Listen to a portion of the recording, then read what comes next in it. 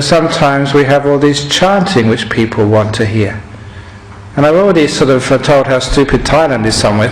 For those of you who haven't heard this story, this is true Buddhism. My teacher, Ajahn Brahm, he would never give out medallions.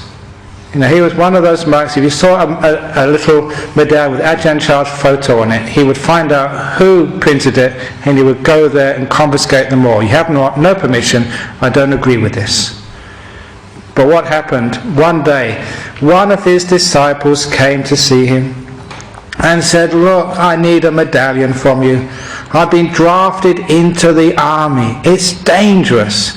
Even though there were no wars on, there were very many skirmishes on the borders between the communist countries and even with Burma as well. He said, I'm afraid of getting shot. I need one of these medallions. I know you can do it. You're a holy monk. Give me a Buddha to put around my neck to protect me from bullets. And Ajahn Chah kept saying, no, no, no, we can't do that. Please, please, please. No, no, no. Ajahn Chah, you've been teaching us about gratitude.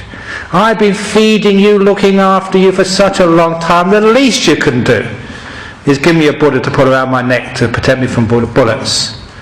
So in the end, Ajahn Chah gave in. Okay, it's true what you say, gratitude is important. You have given so much food to the monks, your donations to the temple. I think, fair enough, that out of gratitude I can give you a Buddha to put around your neck, which will actually protect you from bullets. Great, he said, where is it? He said, it's a big Buddha statue, like that one, on the back. You put that around your neck, I guarantee it will take you from bullets. And that's the only one which I can guarantee will protect you from bullets as well. Hide behind that, and you'll be safe. Now that is what we mean about trying to overcome people's stupid superstitions. Because when they don't understand what truth is, and they have these superstitions, what happens to you? That you have a medallion around your neck, that's the thing, that's all that really matters, and you get yourself into big trouble. Or you get some chanting done by the monks and you think, oh, now I've got the chanting done, I don't need to care about my health. The monks have chanted for me today, I can break the speed limit because the speed cameras won't work, because I've got some chanting from my Ajahn Brahm. Please don't think like that, because this is not what Buddhism is all about. The origin story of Buddhism was as a man sitting under a tree, becoming enlightened. You know what that tree was called? The Bodhi tree, the enlightenment tree, the wisdom tree. Sometimes especially evangelical Christianity, they have a similar origin story, Adam and Eve. Only this time they ate the fruit from that tree and they called it original sin. Can you see the difference there? No, one was the knowledge tree, was important. Eat it, take it, become wise, understand it for yourself. So Buddhism, because it even had that origin story, which was very, very important to understand its meanings and its implications, we want people to understand.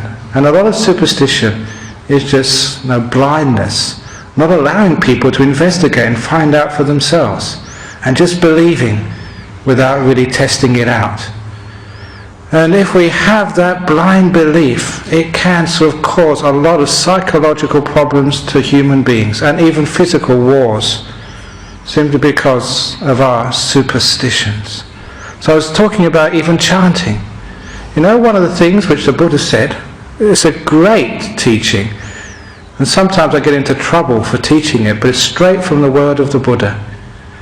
When somebody once asked him, when somebody dies, if we chant for them, does it really affect the person?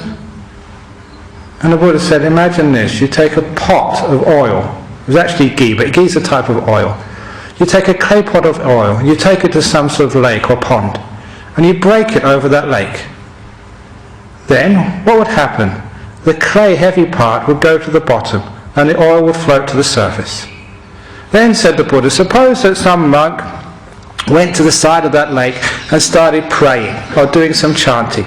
Do you think because of that chanting that the shards of clay will float to the surface and the oil will go down to the bottom?